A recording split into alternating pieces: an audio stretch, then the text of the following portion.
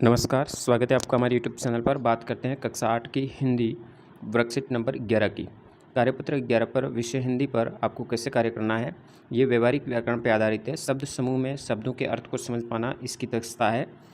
दिए गए वाक्यांश के लिए एक शब्द सुनकर लिखिए। सबसे पहले आपको वाक्यांश के लिए एक शब्दकार, जैसे माह में एक बार होने वाला क्या कहलाएगा, मासिक, जो ऑलरेडी भरा हुआ है। इसी तरह आपको नीचे जैसे लोहे का सामान बनाने वाले को लोहार बोलते हैं, लोहार को टिक करेंगे।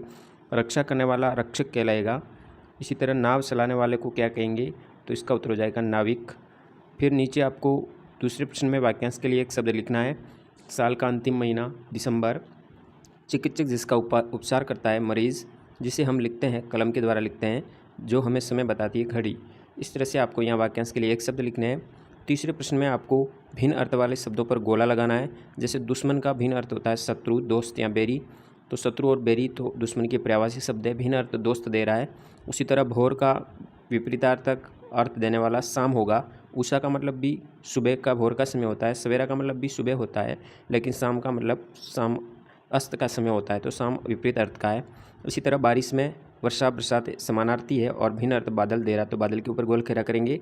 इसी तरह नभ का समानार्थी अर्थ आसमान है, गगन है। सागर विपरीत अर्थ वाला है। तनया, तन्या का मतलब पुत्री होता है, कन्या होता है, लेकिन महिला अर्थ नहीं होता है, तो विपरीत अर्थ महिला दे रहा है। इस तरह से वर्कशीट नंबर 11 पर आप कार्य करेंगे। बात करते हैं अगला कार्यपत्रक 12 की, जिसमें गद्यांश और पद्यांश को पढ़कर समझ के साथ प्रश्नों के उत्तर दे पाना दक्षता है। यहाँ पर एक छोटा सा गद्यांश दिया गया है, जिसको आप पढ़ लें। जैसलमेर की हवेलियों से संबंधित उपयुक्त गद्यांश का उचित शीर्षक है जैसलमेर की हवेलियों के बारे में बताया गया है। फिर गद्यांश में कौन से शहर की यात्रा का वर्णन है, जैसलमेर शहर की यात्रा का वर्णन किया गया है।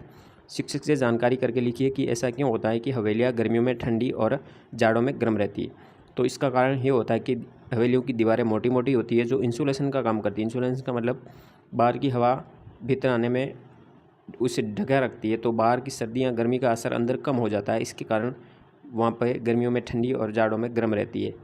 गाइड का कार्य क्या होता है, चौथे प्रश्न में लिखा है, तो इसमें आपको टिक करना है। गाइड है वो मार्गदर्शन का कार्य करता है।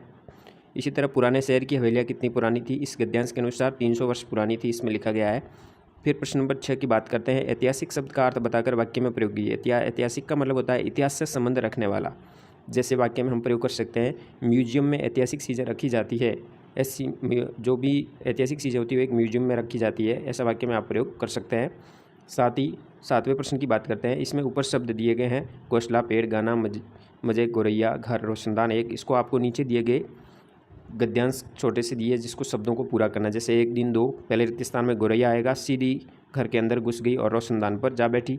दोनों बड़े मज़े से गाना गा रही थी। एक ने नीचे देखा, छींची करने लगी। वह पेड़ उड़कर पेड़ पर जा बैठी जहाँ उसका घोंसला था। इस तरह से आपको रिक्त स्थान की पूर्ति करनी है। तो इस तरह से आप वर्कशीट नंबर 12 पे कार्य करेंगे। बात करते हैं अगले कार्यपत्रक 13 की, जो कि विलोम शब्दों की पहचान और प्रयोग पर आधारित है। जैसे सबसे पहले उचित विलोम शब्द पर गोला लगाना। मित्र का उचित विलोम शब्द होता है शत्रु। सुस्त का होता है सुस्त। जड़ का होता है चेतन। कठोर का मुलायम। उजाला का अंधेरा। इस तरह से गोल घेरा लगाना है जो उचित विलोम शब्द हो। 2 नंबर प्रश्न में आपको वापस विलोम शब्द लिखने हैं। ऊपर लिखे गए हैं, इनमें से साठ करके लिखने हैं। जैसे स्वर्ग का हो जाएगा नरक, मोटा का पतला, नया का पुराना, खुला का बंद, सौभाग्य का दुर्भाग्य, आना का जाना, उद्य का आस्त, सजीव का निर्जीव, सजन का दुर्जन, दोष का निर्दोष, नरम का सख्त और बेचना का खरीदना। इस तरह से आपको विलोम शब्द लिखने हैं। फिर तीसरे प्रश्न में आपको रात के बाद, यानी जो रेखांकित किया गया, इसका विलोम शब्द आएगा। यहाँ रात का हो जाएगा दिन होना तय है। खेल में किसी की हार, हार का विलोम शब्द जीत यहाँ पे आएगा। आज खुशी, आज अस्वस्थ है, तो कल अस्वस्थ का हो जाएगा स्वस्थ। आज कक्षा में 30 छात्र उपस्थित थे, तो 4 छात्र अनुपस्थित थे। इसी तरह विपरीत अर्थ को शब्दों का प्रयोग करते हुए वर्कशीट नंबर 13 पे कार्य करना होगा।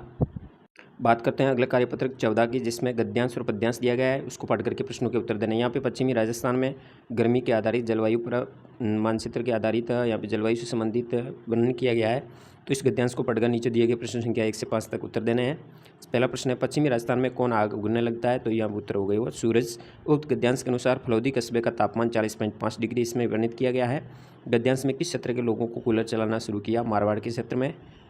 फिर प्रश्न नंबर 4, पश्चिमी राजस्थान में कितने दिनों तक और कितना पारा बना रहा। पश्चिमी राजस्थान में सूर्य मार्च के महीने से ही आग उगलने लगता है और दिन का पारा 41.3 डिग्री बना रहा। इसी तरह प्रश्न नंबर 5 की बात करते हैं।